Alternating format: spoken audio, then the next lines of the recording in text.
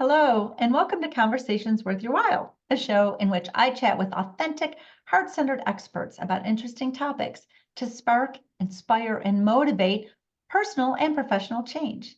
And today we're going to be talking about when you know that you're meant for something more. This conversation is worth your while if you feel unfulfilled or that something is missing in your life, or maybe you feel disconnected from who you are. You know there's more for you in this world. And that happened a lot post-pandemic. Many people reevaluated their priorities and they realized that what they were doing came up short. So maybe now that's you, and maybe now you're seeking something greater because you want to be connected in a way that is beyond the day-to-day status quo you were living pre-pandemic. So I'm Lilnda Bucher. I'm a transformational speaker and a master certified life coach. And after living the life of a chameleon and feeling like a victim for 45 years, I knew that I was meant for something more. And I finally discovered who I am. And I connected with my passion and my purpose and reinvented my life to align with my true self. I become happier, more confident, more fulfilled because of it. But most importantly, it helped me to discover the gifts that I have that I'm here to give to the world. And now it's my honor and privilege to help you do the same. You have a rich, full life to lead. You have important gifts to give to the world. You have a splash to make. And so if you want to talk about that, reach out to me. I'll tell you how to do that at the end of this episode. But today, I have the pleasure of being joined by Lesley Martín. She is a transformational leadership coach. And Lesley is making ripples in a very unique way because she helps high achievers, I'm raising my hand here, that's one of me, and entrepreneurs to find fulfillment and a sense of purpose. So hi, Lesley. Thank you for being with us today. Hi, Linda. It's so great to be here today. Awesome. Can you tell us a little bit more about who you serve and how you are making these positive ripples in the world? Absolutely. So I do work with pretty high achievers, also raising my hand here, know a little something about that, and entrepreneurs who are really driven to do something important, make a big impact, serve in some way. And what I find is that very often they have worked so hard to create a good life for themselves, or what appears to be a good life on paper. And they know that. And yet there feels like there's something missing, or they're just not finding the joy, is what I hear sometimes from my clients, or I just don't know how to turn it off and just really be present with this amazing life that I've built. And so that's where I come in to help them just learn some of the skills to be able to do that, whether it's a process of continued expansion for what more that they want, or just being able to really appreciate the more that's available in the moment. I love it. That's so awesome. So awesome. And way back in probably from the years 2001 to 2009, I wish I'd known you because that was when I was going through that exact thing. So this was the challenge. I was feeling completely unfulfilled. I didn't know what it was. I didn't know if it was my job, my marriage, or me, or some combination of all three. I just knew I was gapingly unfulfilled. And I remember one day, and I don't know why, I was like home alone, and I said it out loud to nobody, but I talk out loud frequently to myself. And I said, I don't know what life I'm meant to be living, but I know it's not this one. It's just not this. I just knew it with all certainty. That certainty was actually a very powerful intention that I had set, unbeknownst to me at the time. But I mean, I just knew like, oh, there's something more. And so I think many of our listeners today might have a similar story. And the hard thing to know is like where to start, what to do. Is there something wrong with me? Why am I feeling unfulfilled? Because I remember on paper, my life looked awesome. I was married. I had three beautiful children. I was, climbing the corporate ladder, making giant amounts of money. I had a house at the beach, all these things, but those things were not fulfilling me. I realized, like, as I'm climbing this ladder of success, that my ladder was leaning against the wrong building.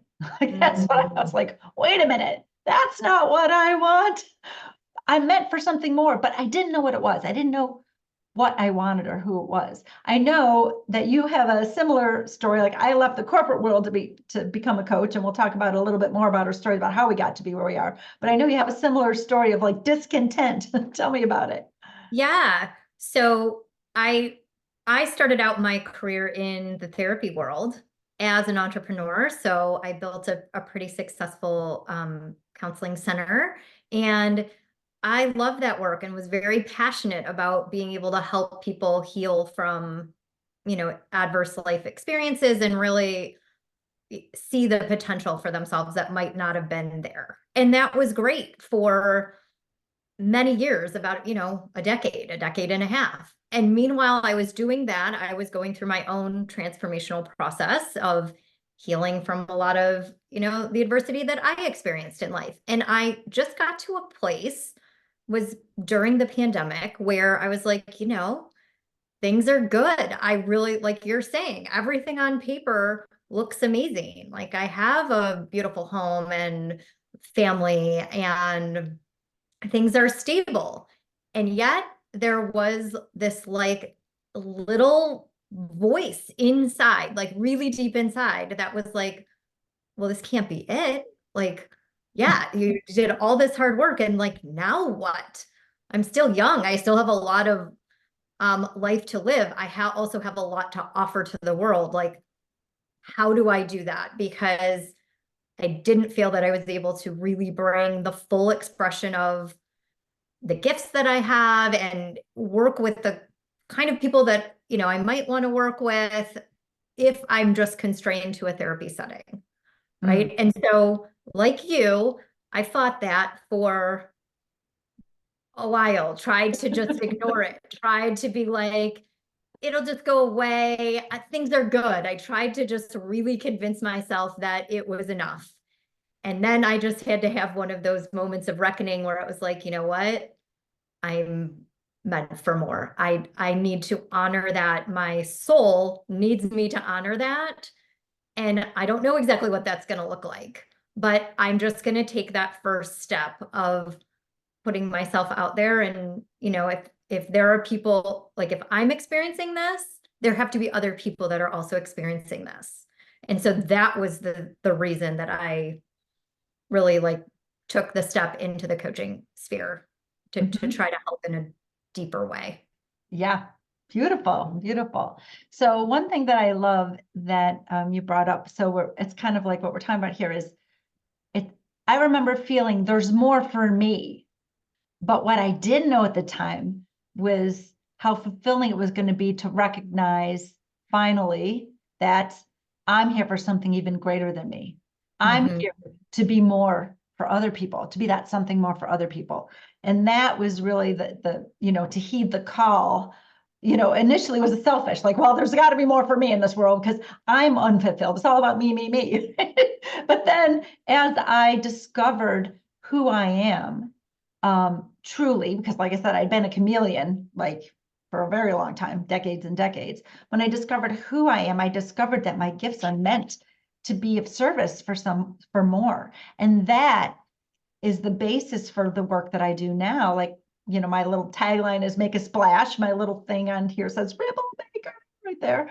And I think each one of us is purposefully here to fully realize our true selves and our gifts. And then the purpose is to give those gifts to the world in service of the world. Because what a beautiful way to healing humanity and healing within ourselves, healing our communities, healing humanity, healing the planet, when we are in alignment with our true selves, right? And I know that this is some of the main work that you're doing as well. We're both doing it. I love there's so many of us in the world doing this, helping people align with their true selves. But what happens is this, I remember, and maybe you went through the same thing. A couple things is one is like, and I run across this with my clients as well. Well, what if I don't like who I am when I find who it is? Like, what if I don't like her, right? Or worse, what if the people who I love and care about don't like her? If I let the real her out, what if those people don't like her? What if I lose important relationships? Or what if I find out who she is? I have to do something about it then, right? And that's big and scary. It's a big, hairy, scary fear that people run into when we're saying, Totally. oh, you just got to live authentically, be who you are, live your truth. And like, yeah, but it's pretty scary, isn't it? Did you have this something similar? Yes, 100%. So it is that what you're saying, like when we are feeling called, which you use that word because I really think it is a call for those of us that are in the healing professionals or healing arts or like service-based industries. Like that is not just about making an income, it's about making a difference, a profound difference. And so it's this calling, and yet we have to function in a society that isn't necessarily based upon the principles that like our soul's unfoldment would want or maybe prioritize. And so it is this process of like being and becoming at the same time, where there's these identities that are no longer serving that we have to be willing to let go of. But because they have offered security and safety, and they have allowed us to maybe live in the world and get to the point that we are in our careers, it's very scary to let that go. And I don't necessarily think it's an all or nothing. I think it is a process where we are slowly kind of like chiseling away or shedding layers as we allow those other parts of ourselves to emerge. But it is very uncomfortable and can feel threatening when you are in the middle of that. So, yes. Absolutely. Yeah, change is it's pretty predictable, but it's pretty scary at the same time. And by predictable, I mean we go through the cycle of change. There's a catalyst that's going to throw us in there. And the first thing that happens is this death and rebirth. Like we're like, I'm not who I was, but I don't know who I am. So we're in this liminal phase, and it's so uncomfortable to be there. And that is the time where we want to just kind of just take care of ourselves and just allow ourselves to do what you are saying, to release these things, to shed these layers of not self that we've been living under. Everyone's been in some way a people pleaser, trying to prove their worth to themselves, to other people. But just when we go through these big changes, it's really a nice time to just sit with yourself and say, I'm not going to ask any other people. I'm just going to sit with myself and shed the beliefs that that maybe I'm not enough, like all those beliefs, and just like, who am I? I'm discovering. And instead of what if I don't like who I find, like, what if she's amazing? Right. And sometimes that's the bigger fear, right? Because of what you said. Well, then what do I have to do with that? Like, then I have to own that. Then I have to be that. But the beauty is we get to design our lives. And if we want to design it to be easy and fun and fulfilling, we don't want to design it to be scary, right? We get to choose that. We get to choose it. We get to be slow and deliberate in this discovery of ourselves. We don't have to tell anybody about it. You don't have to tell other people. Like, you can just be like introspective, kind of learning a little bit about yourself every day, shedding the notion or being willing to believe something new, being willing. I love that when I'm working with a client and I'm helping them to know their worth. And I mean, like, know it at a visceral level, not just like here, because up here it ties it to something like, oh, I'm a good mom, so therefore I must be worthy. No, it's not because of anything. It's just, I am worthy, period. So to know it, right? And so it's something you can just do internally, but people, they don't switch from I'm not worthy to I'm worthy like that. There's, you can just get used to it. But like, I'm willing to entertain the idea that I might just be worthy after all. Right? Get started really small steps. So when you and I are talking about reinventing our lives, discovering who we are, reinventing, realigning, and stepping into that purpose that's greater than us. It's scary, but when you take a tiny little baby step like that, I'm willing to entertain the idea that maybe the true me, the world deserves the true me, the best me, that my loved ones deserve that. I'm willing to, like, these little tiny steps, right? Totally. Yep. And that's where I really love the, like, being able to bring in the element of curiosity, Oh, because curiosity is open. It doesn't make assumptions. It's not black and white, right? So when we're living in that realm of possibility of am I willing to consider this? I think one of the best ways to circumvent that script that our brain has that's going to tell us no for all of the reasons, whether it's trying to keep us safe or the people pleasing or what, conditioning, whatever it is. One of the best ways to do that is to just like drop into curiosity. mm, Like, let me consider, what if this were possible? What might I notice? What could I maybe do? And I think sometimes it's easier to take a step from a place of curiosity because we're not attached to an outcome. We're not making it mean something about ourselves or our life in the big picture. It's just, let me just see what happens here. I'm going to play. I love that.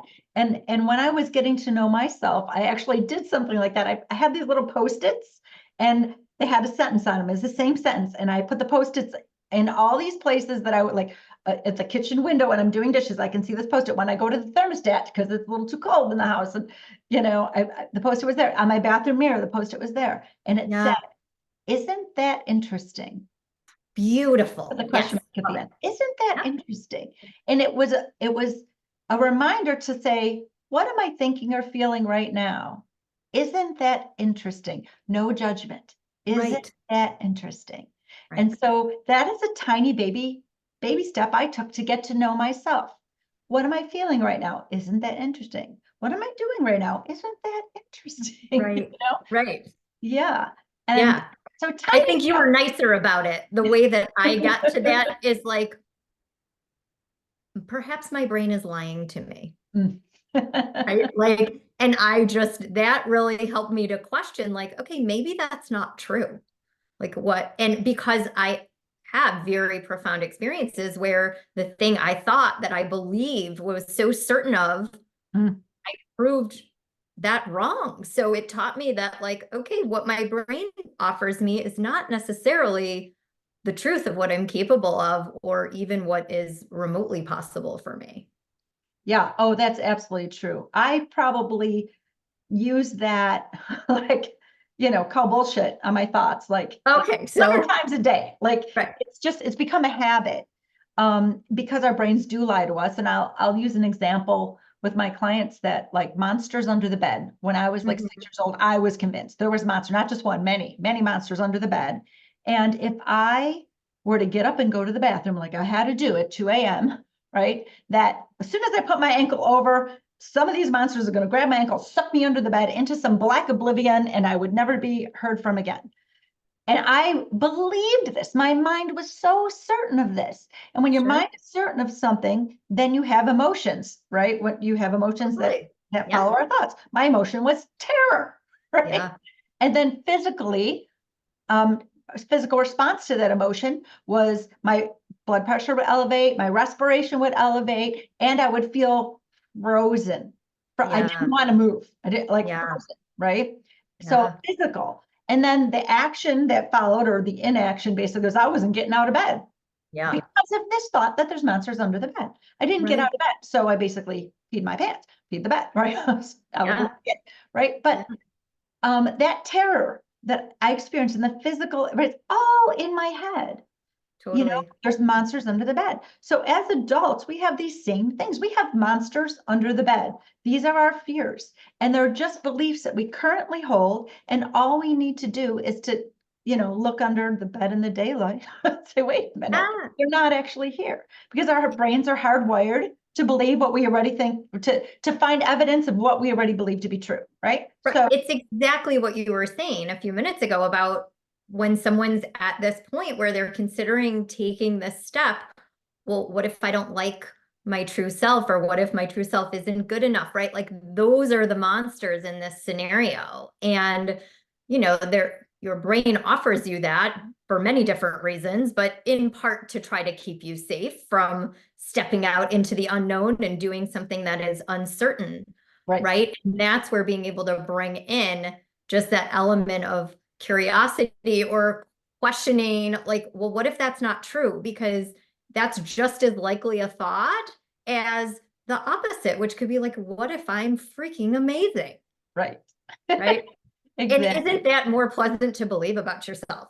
It's It, not more comfortable because, right? But like, because it it's new. might, in the long run, if you can work with your brain and your nervous system, like you'll probably enjoy your life more if you believe that you have something valuable to offer.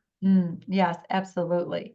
So yeah, and it's a good point you brought up that our brains, our egos are trying to keep us safe. They're trying to keep us tied to this identity that we think we have. And usually the first half of our lives, it's who we think we're supposed to be, which is Right. a lot of not self. Right. So it feels safer to have that identity be what it was. But when there's that part, like that true me was kicking her way out of punching and kicking, like, I got to get out, I got to get out. And so if Yeah. our listeners are experiencing that, then there's something we really want to leave them with. And Mm, that is the spark of possibility.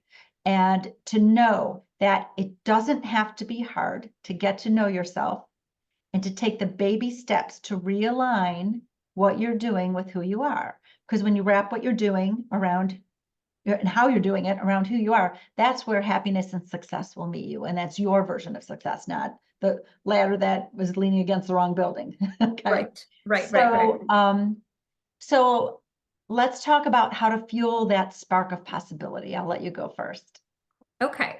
So I'm a fairly practical person. So one of the ways that I find this useful with my clients and hopefully with your audience is to literally just make a list, like get out a piece of paper to jot some things down or the note app in your phone or whatever. And like just allow yourself to put words to that vision in your head of what you would like your life to look like. At this point, it's not about trying to figure out how to make that happen. It's just about giving yourself permission to vocalize or verbalize what it is that you would want, or what might you do if all these other conditions weren't there, and to just write it down.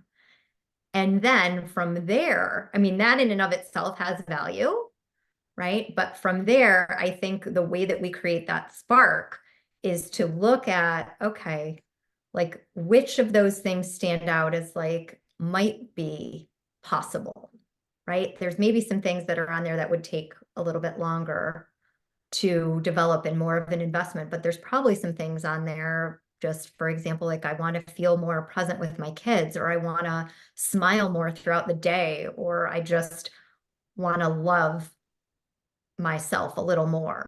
Like those things are available to you now. And it starts with just being able to consider and just even breathe into your body and feel like, what would that feel like when I had this thing or when I felt this way?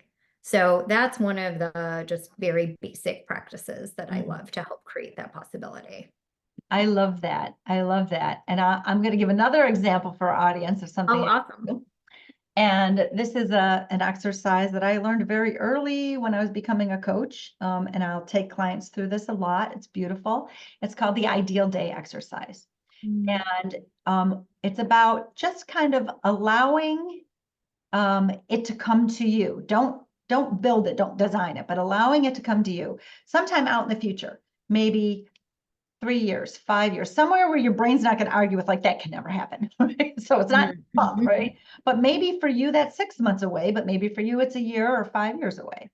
And you start from the moment you wake up in the morning before you even open your eyes, and you're just imagining something in the future before I open my eyes, right? And when I take a client through this, and I actually have somewhere, oh, I can find it. If someone wants to send me a contact us, yeah, the contact us form on my website. If they want to send to me, I'll find it and give it to you.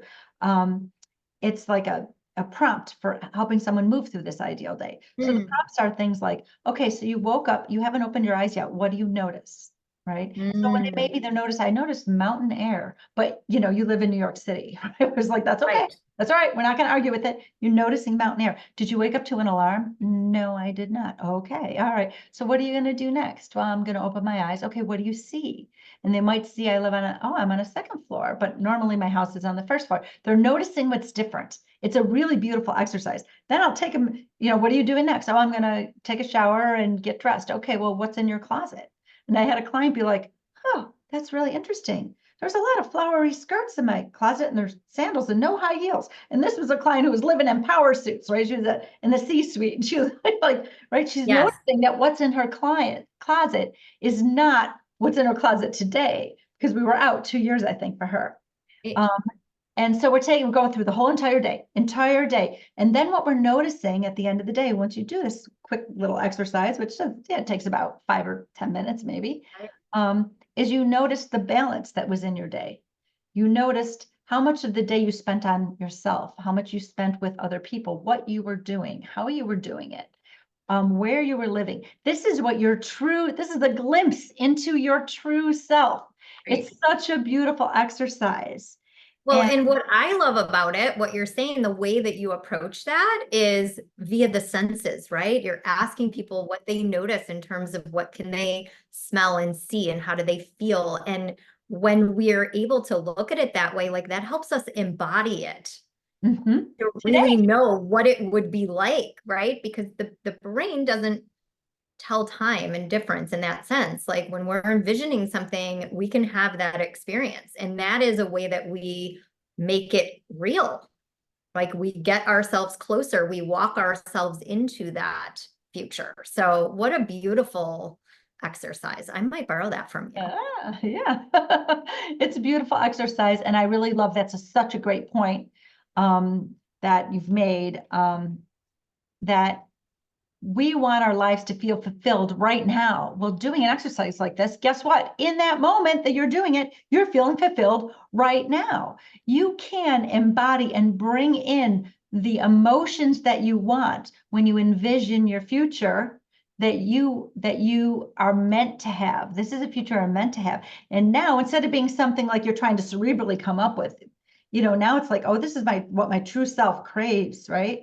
Well, what's interesting, like that client I was talking about that I was taking through this, 2 years after we were working together, she invited me to her going away party because she was going to go manage a bank in Barbados.